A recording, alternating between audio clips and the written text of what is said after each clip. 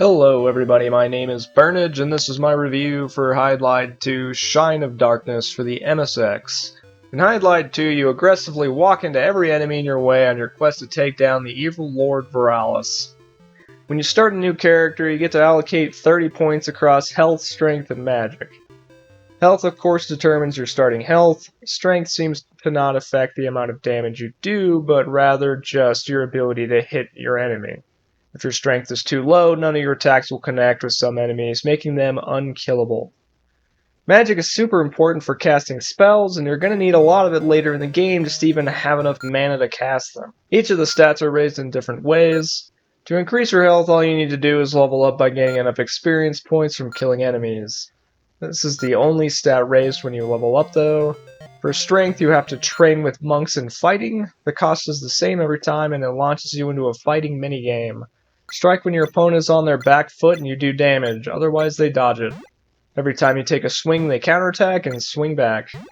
Each time you defeat an opponent, the next one gets harder. Defeat more opponents and get more strength. 3 seems to be the realistic limit here, as the 4th guy will never miss an attack and the timing is super specific to hit it that consistently. For magic, you just pay a magic trainer. The cost seems to be based on the amount of magic you have currently, going up as you get more. When you start your game, you'll be in a small town with different vendors where you can buy equipment to get you started on your adventure. Equipping armor will increase your AC. AC basically negates strength, making you harder to hit. When you walk through hazardous terrain such as forest or desert, you'll take damage over time. However, when in non-hazardous terrain such as the field or dungeons, you'll slowly gain health. In the bottom right corner of your screen is your stance. You need to be in attack stance to do damage. In defensive stance, you can't attack, but you'll be harder to hit. Lastly, there's a talk mode for getting hits from any of the humanoids out on the field. Outside the town, you'll see a bunch of people wandering around as well as the occasional monster. Hydlide 2 is equipped with a morality system shown by a bar called Force. Killing any humanoid will lower your morality, even if it's a thief which will be trying to kill you. Also, killing any good monster will lower your alignment. If your 4th bar drops too low, you won't be able to talk to NPCs to get hints or buy equipment until you raise it back up by killing evil monsters.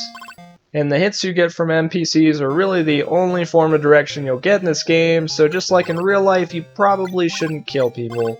The combat in this game is simple enough. Approaching an enemy from the side or back will make them easier to hit, and they won't be able to fight back. Fighting from the front is a good way to die really fast. And that's pretty much all there is to it. It's a little tough getting started if you don't know what to do. You'll probably have low health, so getting those first few levels can be a chore. Once you start getting some levels to increase your health though, the game just gets easier and easier. Up until you reach the end game at least, which is like hitting a sudden brick wall. All the enemies in the final dungeon have insane armor class, and even with max strength, it's a real pain killing anything. But thankfully there's only one part where you're absolutely required to kill some things. The progression of Hydlide just feels kinda bad. It feels like you're supposed to play through the first 3/4 of the game, then grind for hours until you max out your strength and armor, and then play the last section. It would have been nice to see more steady power creep. Also, in typical Hydlide fashion, there's some sections of the game that just seem impossible to figure out. I'm not sure what they were thinking with this design. A couple of the items required to beat the game are so well hidden that I would think the game devs didn't want you to find them at all. That being said, the first 3/4 of the game was a blast and I was having a ton of fun. The dungeons are well designed and the way the AI moves is easy to read and manipulate, making combat a bit of a strategy, corralling enemies so you can hit them without receiving damage or getting surrounded. Even with all the grinding I had to do to make it to the end game, I never got tired of it. It's really hard to recommend a game that totally bombed their end game, but I think the early game was well worth checking out for any retro RPG fan. Like and subscribe if you're aligned with the forces of good, or leave a mean comment if you're aligned with evil. Thanks for watching, and I'll see you in the next one.